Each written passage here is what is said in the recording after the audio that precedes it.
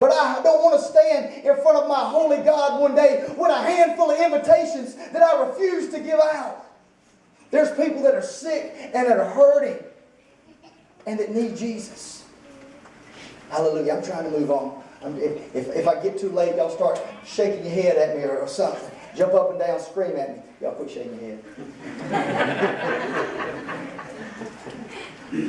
I'm going to try to be quick, but this is burning inside me.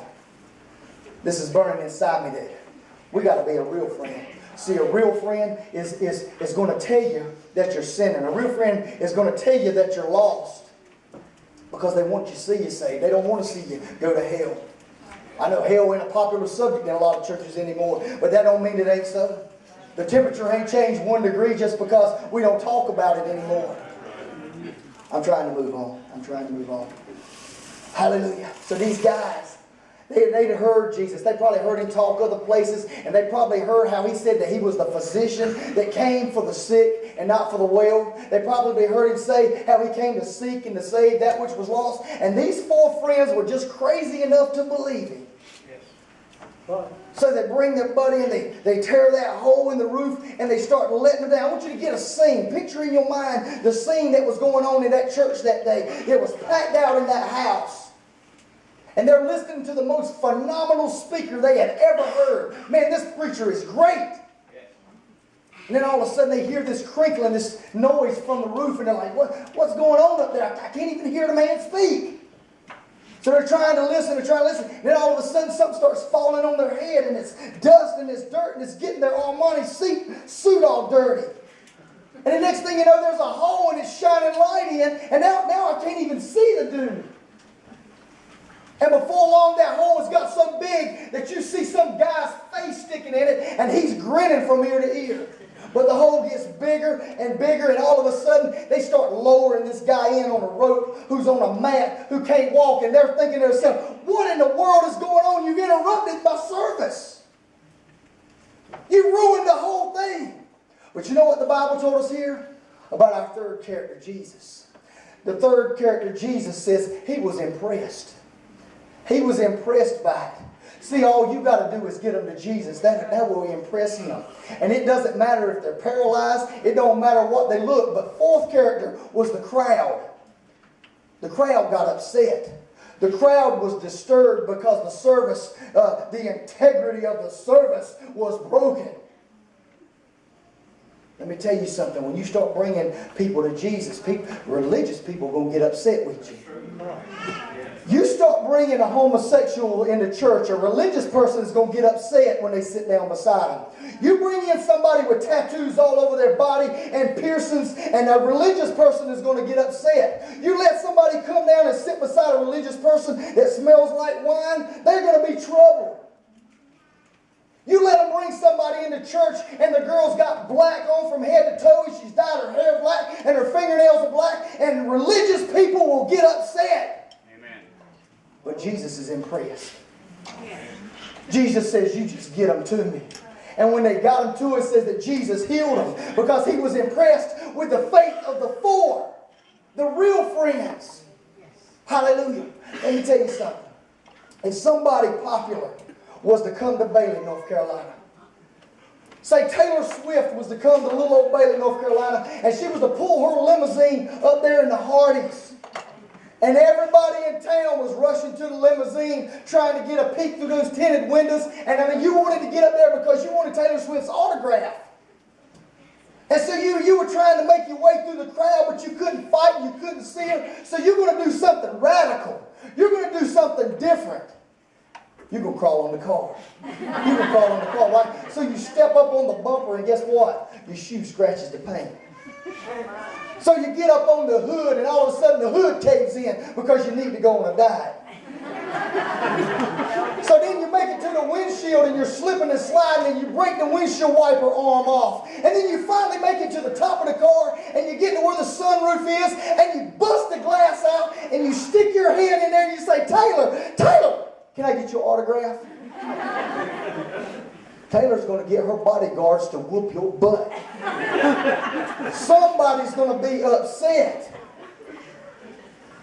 But Jesus won't like that. Jesus said, tear a hole in my roof any day. You get them to me. You get them to me. You watch them get healed. You watch them get delivered. Your friends in school that are hooked on drugs, that are hooked on alcohol, that don't know if they're straight or gay. You get them to Jesus. Let Jesus straighten. You can't fix them. Hallelujah. Jesus can fix them. I'm trying to move quickly. I'm trying to move quickly. Can you lay that mat out for me?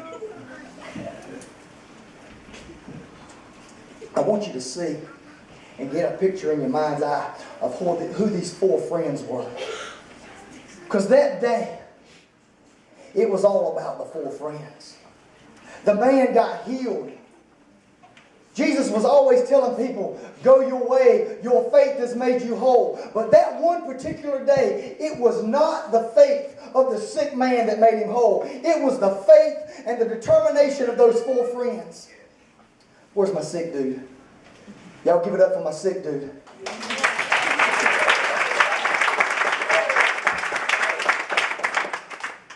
My sick dude has the palsy. He can't move on his own. He's paralyzed. He's in trouble. And I figured out who the four friends were. See, the first friend was compassion. Compassion is what it's going to take to reach Jesus. So compassion comes down there, and compassion is, come right over here to this corner.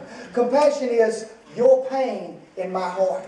So compassion comes down and is crying for the man. And he's saying, it's okay, buddy. I feel your pain. Everything's going to be okay. Because the Bible tells us to weep with those that weep and to rejoice with those that rejoice. And he won't rejoice.